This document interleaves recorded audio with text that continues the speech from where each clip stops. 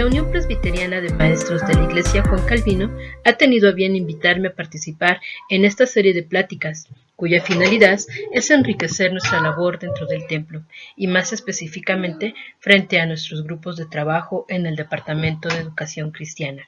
De esta manera, para el mes de febrero ha dispuesto la temática didáctica, estrategias y herramientas.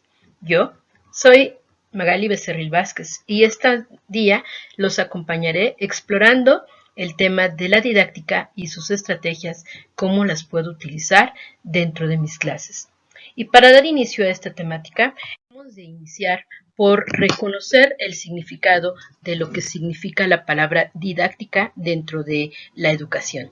De esta manera, he de referir que la didáctica se refiere a la manera en que tenemos de enseñar, la cual es dinámica y siempre está en constante evolución, ya que van surgiendo estrategias didácticas innovadoras que se pueden aplicar con los alumnos para favorecer su desarrollo.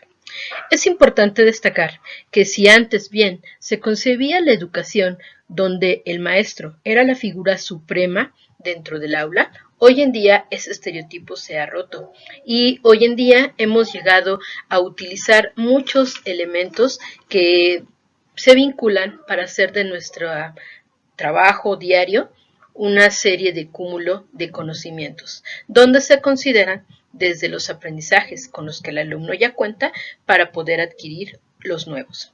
De esta forma, en el esquema que muestro en la parte inferior, vemos algunos elementos importantes que debemos de tomar en cuenta, entre los que se encuentran los contenidos que hemos de trabajar, los medios que utilizaré para poder incrementar los conocimientos de mis alumnos, los objetivos, los métodos y las técnicas que voy a utilizar, así como los recursos materiales y didácticos con los que cuento y los que puedo generar, con apoyo del docente únicamente o en los que puedo involucrar a los alumnos, y algo muy importante, la figura del alumno y del maestro. Es importante que dentro de este esquema consideremos como referencia estos elementos para poder diseñar nuestras clases e ir introduciendo estrategias didácticas que sean adecuadas a nuestra época y que pongan en juego y movimiento los saberes previos de los alumnos y que les permitan construir los nuevos considerando al menos 3 factores. El primero, las inteligencias múltiples. Esta teoría es un modelo de concepción de la mente propuesto por el psicólogo norteamericano Howard Gardner en la década de los 80. Y bueno, este entiende que la inteligencia no es algo único y estático, sino más bien es un conjunto de habilidades, talentos o capacidades independientes entre sí, denominadas inteligencias y que se encuentran en potencia en todas las personas. Cabe señalarse que estas inteligencias múltiples son distintas en cada persona. Eso es lo que nos permite ser únicos y un elemento fundamental que debemos de reconocer en las aulas y poder vislumbrar cuáles son las inteligencias que cada uno de nuestros alumnos, de acuerdo a todo el cúmulo de experiencias que ya tienen, es las que tiene más desarrolladas y de esta forma poderlas utilizar como elemento prioritario para desarrollar otras tantas. Bien, las inteligencias se catalogan de acuerdo a distintos tipos.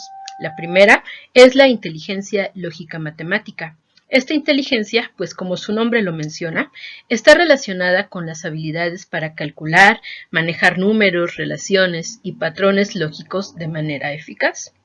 Existe la inteligencia visual espacial, que es la inteligencia relacionada con las habilidades para resolver problemas, crear productos a través de la imagen, el color, la forma, la figura o el espacio y la relación que existen entre ellos.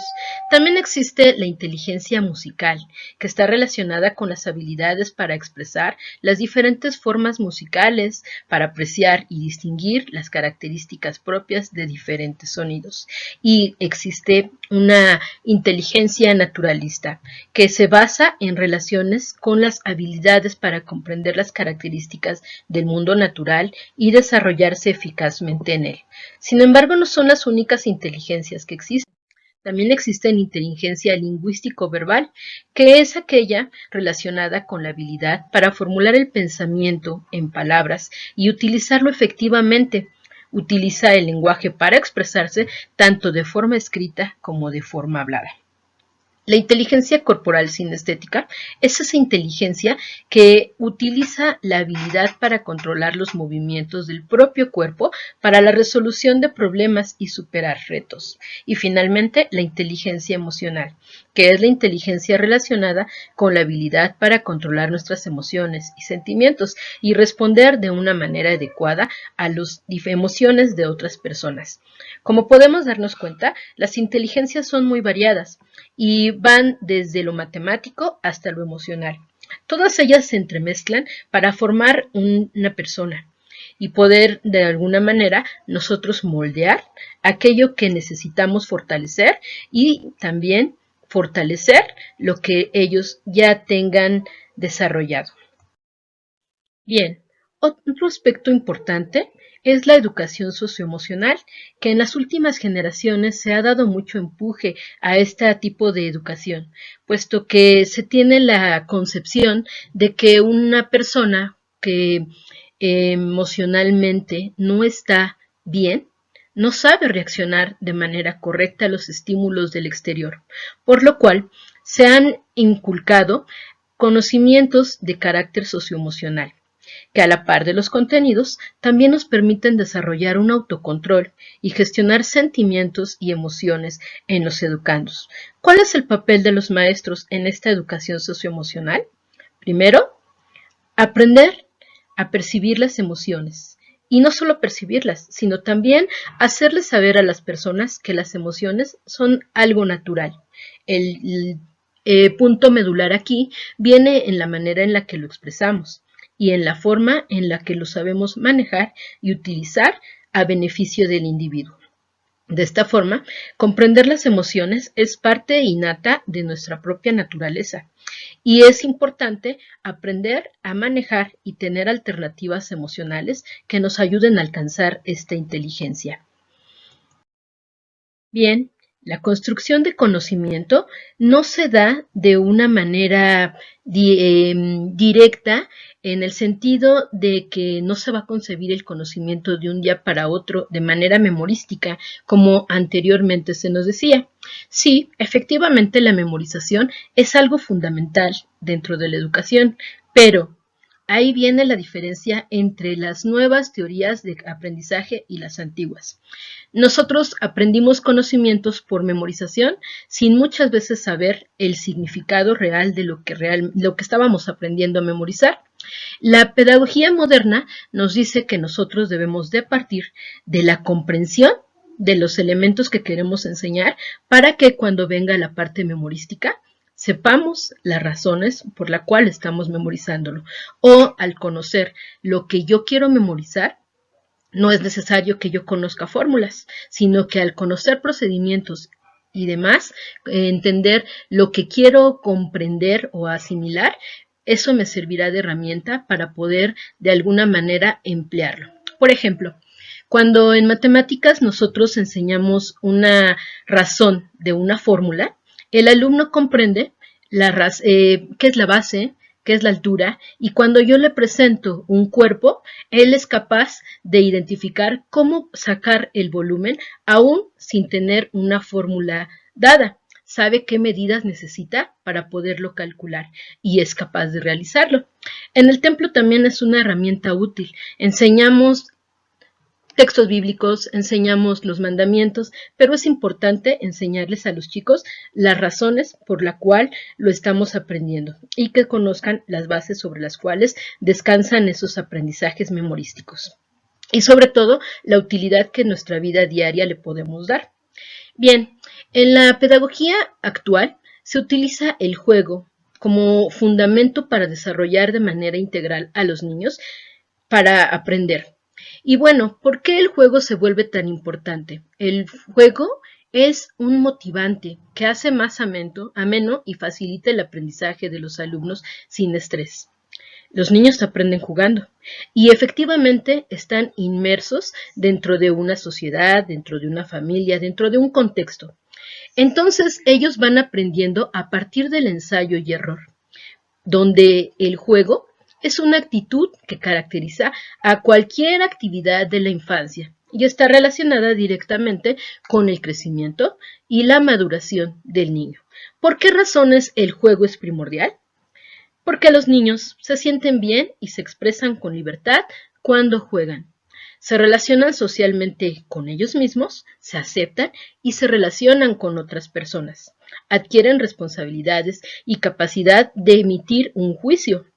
Se integran en el mundo adulto, transforman la realidad y exploran el mundo y desarrollan la imaginación y creatividad. Como nos damos cuenta, el juego está inmerso en todas las actividades que desde pequeños los chicos y nosotros desarrollamos. Entonces, es una forma y una estrategia que nosotros como docentes podemos tomar y apropiarnos de ella para lograr los propósitos que cada uno de nosotros nos planteamos. Bien, tomando en cuenta estos factores anteriormente mencionados, hoy quiero presentarles algunas estrategias didácticas que podemos poner en juego y en práctica, desde luego, en nuestras clases y movilizar con ellos los conocimientos y, sobre todo, enamorar a nuestros estudiantes. Enamorarlos significa querer aprender más, querer saber más, querer descubrir más, indagar y buscar los elementos para que ellos aprendan cada vez más. Es nuestra labor como docentes. Entonces, hermanos, sí vamos a hablar de una primera estrategia que lleva por título el aprendizaje basado en problemas. Esta estrategia centra el aprendizaje de los alumnos en investigaciones y reflexiones que siguen los alumnos para llegar a la solución ante un problema planteado por el profesor. En el aprendizaje basado en problemas, la función del maestro es ser una guía de los alumnos, ir guiando si lo que ellos están investigando da una respuesta acorde a la interrogante que nosotros como docentes hemos planteado, y ellos deben de buscar la solución, entendiendo no solo el concepto, sino aplicándolo a su manera de vivir y a su entorno actual. Es importante señalar que la solución del problema, en este sentido, nos va a permitir su aplicación. Y su aplicación, hermanos, debe de ser bajo el desarrollo de la reflexión, el análisis y la creatividad, y nos debe de dar una respuesta al hoy y a la hora. ¿Esto qué significa, hermanos? La Biblia no es un libro terminado, no es un libro antiguo, es un libro actual. Y en él podemos encontrar la respuesta a problemas que encontramos en la actualidad y que enfrentan nuestros niños, nuestros jóvenes, las personas adultas mismas. En el templo las enfrentamos. Entonces debemos de tratar de que se lleve cada una de las problemáticas que nosotros diseñamos a la vida diaria, al hoy y a la hora. Otra segunda estrategia que quisiera compartirles es el aprendizaje colaborativo, que bueno, es una de las más usuales y que desde luego estoy segura que muchos de ustedes han utilizado a lo largo de su vida. El aprendizaje colaborativo se basa en la realización de actividades de aprendizaje en conjunto, en donde el alumno puede y debe trabajar en equipo, tanto dentro como fuera del aula, para poder interactuar entre ellos con una meta de conseguir un mismo objetivo común. Hermanos, no perdamos de vista que algo muy importante que les estoy mencionando es que debemos de utilizar los recursos y enseñar a las generaciones que tenemos hoy en día. Podrían decir ustedes cómo los chicos van a ponerse de acuerdo fuera del aula, y lo pueden hacer. Hoy en día tienen 1000 recursos a la mano que pueden utilizar para ponerse de acuerdo, para investigar, que ya más adelante los estudiaremos más profundamente y que tienen como propósito este tipo de conceder la virtud de crear comunidades de aprendizaje, tanto a nivel cara a cara como a través de un medio electrónico. Los alumnos, dentro de este aprendizaje colaborativo, se dividen en pequeños grupos, parte de un todo, cuya temática ha sido establecida ya, y nosotros vamos a trabajar y hacer que los chicos trabajen de manera colaborativa para que ellos se integren en equipo y deben de utilizar también sus propias habilidades. Sabremos entonces que habrá quien sea muy bueno dibujando, quien sea muy bueno diseñando, quien sea muy bueno hablando y quien sea muy bueno exponiendo.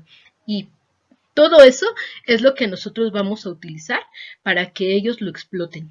Y bueno, entonces cuando nosotros logramos este tipo de aprendizaje, podemos ver que cada uno de los estudiantes pone en juego sus capacidades, intercambia sus conocimientos y esto a su vez no solamente le generará responsabilidad, sino también les permitirá identificar su liderazgo, desarrollar habilidades y facilitar el trabajo en equipo. Y sobre todo, hermanos, también podemos ayudar a mejorar su autoestima de los alumnos y de esta manera fomentar la competencia ante sus habilidades y su interés por desarrollar otras nuevas habilidades. Una tercera estrategia que yo propondría es el aprendizaje basado en proyectos. Este tipo de metodología es muy común actualmente dentro de las escuelas. Y bueno, ¿cuál es la importancia? La importancia del aprendizaje basado en proyectos es precisamente que parte de los intereses del alumnado. Obviamente los intereses tienen que llevar una guía que el docente da. Una vez que tenemos esta guía, los alumnos adquieren un rol activo al 100% y se favorece esa motivación académica. El papel que los docentes tenemos dentro de un aprendizaje basado en proyectos es brindarles las herramientas, enseñarles los elementos por donde pueden ir buscando de acuerdo a los propósitos que ellos quieran llegar. Y es una herramienta muy valiosa para el aprendizaje dentro del templo. Esta forma de trabajo va a permitir que los alumnos se conviertan en los protagonistas de su propio aprendizaje y que sean los encargados de estructurar el trabajo para resolver las cuestiones que se han planteado. En este trabajo vamos a observar varios pasos que parten, como bien lo pueden apreciar en la diapositiva, de la selección del tema, la formación de equipos, la definición del reto o la interrogante principal que ellos quieren disipar a través de este proyecto, la planificación y organización de dónde, con qué y cómo van a hacer esta investigación. El análisis, en donde ellos reunirán todos los elementos que tienen para poder ir formando una conclusión. La elaboración de un producto, que puede ser un folleto, un tríptico, una obra teatral, la inmensidad de lo que pueden crear dentro de un proyecto es tan inmensa como nuestra propia creatividad. La presentación del proyecto, la respuesta colectiva y el análisis de si realmente llegamos a la finalidad que descubrimos. Y posiblemente esta misma respuesta colectiva nos permita crear un proyecto nuevo. Finalmente, hermanos, también es importante considerar la evaluación. ¿Qué aprendí? ¿Cómo me sentí? ¿Qué puedo seguir aprendiendo? Y esta autoevaluación nos permitirá que los niños se vayan involucrando y vayan teniendo cada vez más curiosidad en los temas que les planteemos. Una cuarta estrategia que este día quiero compartir con ustedes es la enseñanza por descubrimiento. Esta enseñanza por descubrimiento a lo mejor nos permite trabajar un poquito más con los grados pequeños, en donde nuestros chicos a veces leen algunas palabras, a veces no. Entonces, el aprendizaje por descubrimiento lo podemos utilizar cuando de manera progresiva el profesor es el que brinda los elementos, los materiales adecuados para estimular al alumno y este potencia su creatividad y la solución de un problema estimulando su autoestima y su seguridad. En este tipo de enseñanza por descubrimiento, no creamos que los niños pequeños, por no poder escribir, no son capaces de crear y de aprender. Al contrario, hermanos, depende de toda la serie de elementos, recursos que nosotros le pongamos al niño enfrente a partir del juego, a partir del descubrimiento, para que ellos puedan hacer sus propias producciones. Algo que utilizamos mucho en la escuela es las imágenes. Cuando los niños no saben escribir, utilizamos las imágenes para que ellos puedan de alguna forma expresarse. Lo llamamos ideografía. Y las ideografías se prestan para que ellos vayan aprendiendo, vayan exponiendo y vayan de alguna forma trabajando esta expresión de lenguaje, tanto escrita como a través de pictogramas, etcétera, que permitan a los niños continuar su aprendizaje. Bien, basándonos en todo lo que hemos estado revisando, también quisiera que analizáramos cuáles eran las formas, los métodos educativos que Jesús utilizó para instruir y para enseñar. Y bien, si nos damos cuenta de lo que voy a irles mencionando, es muy importante porque debemos aplicarlo y debemos de alguna forma darnos cuenta que lo que Jesús hacía hace muchísimo tiempo ya estaba preestablecido como una herramienta de didáctica muy correcta y muy adecuada, no solo a su época, sino también a la nuestra. El primero, él tomaba en cuenta a todos, llamó a uno por uno a sus discípulos. Esto es muy cierto, cada uno de nuestros alumnos tiene un nombre, tiene una serie de cualidades, virtudes, y habrá seguramente muchas habilidades que también podamos nosotros desarrollar en ellos, pero es importante que nosotros como maestros sepamos cuáles son las capacidades de cada uno de ellos y llamarlos a uno por su nombre. Él también nos mostró humildad y empatía. Cuando él predicaba, nos dice la Biblia que muchas veces usaba la sinagoga para anunciar su reino, pero no solo se quedaba en ellas, a menudo él también iba al campo y la gente que lo escuchaba lo seguía, porque no era como las otras personas que se paraban en una sinagoga y creían ser la máxima ponencia. Cuando hablaban, se creían los sabios, los eruditos. Jesús era una persona humilde, humilde que se acercó a todo tipo de personas que quiso escucharlo. Y así nosotros también debemos de enseñar con humildad a nuestros alumnos. Él aceptaba e instruía sin una crítica. Dice la Biblia que muchas veces las personas que eran los eruditos de la época lo criticaban por las personas que lo seguían, por las personas a las que él les enseñaba. Y él, más por el contrario, los aceptaba a pesar de lo que los demás le dijeran. Incluso nos dice que dichosos eran los que tenían hambre y sed de justicia, porque ellos serán saciados. De esta manera, nosotros debemos de instruir, no de criticar, no de señalar a nuestros alumnos, sino por el contrario, darles los elementos para que ellos puedan aprender de Dios y puedan, sobre todo, ser este aprendizaje guías de sus vidas. Dice la Biblia que también Jesús enseñaba a cada uno su lugar. ¿Qué significa esto? Él sabía las habilidades que cada uno de sus discípulos tenía. Las aptitudes que tenían algunos de ellos eran notables en algunas áreas y él las elogiaba.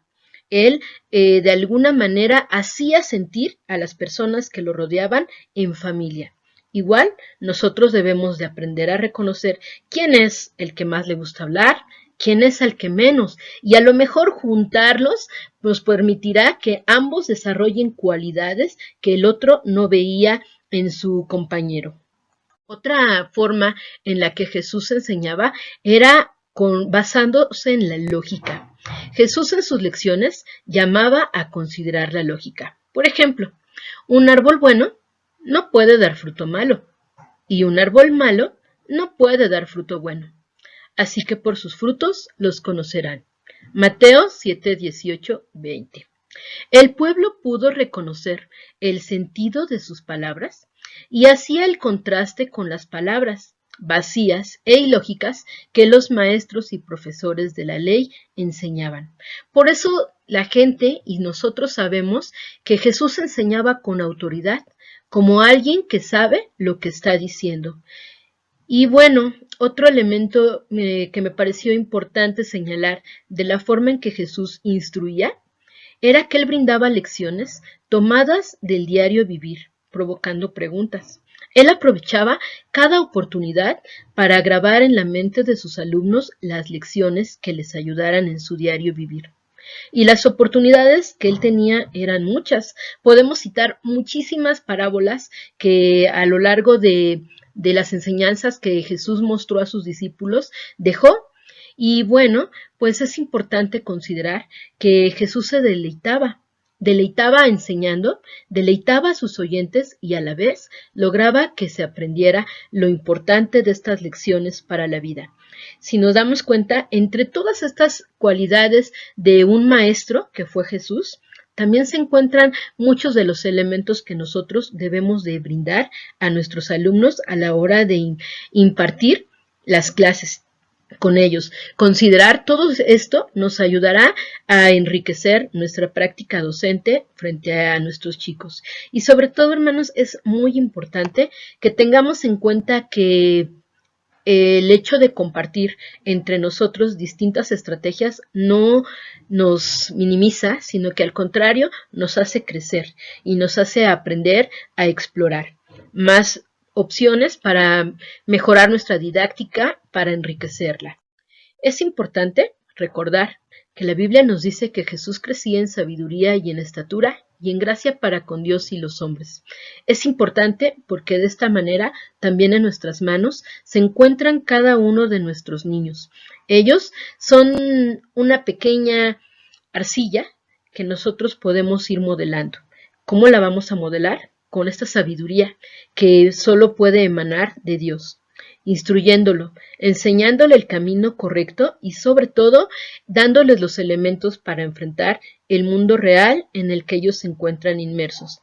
Hermanos, esta ha sido una plática muy breve en la que yo he querido plantearles algunas estrategias muy sencillas que ojalá les sirvan para enriquecer su trabajo en los templos y que sobre todo nos permitan ver la educación desde otro punto de vista, devolviéndoles a los niños la posibilidad de ir formando sus aprendizajes de una forma distinta, en donde ellos sean los principales promotores de la misma y donde nosotros seamos sus guías.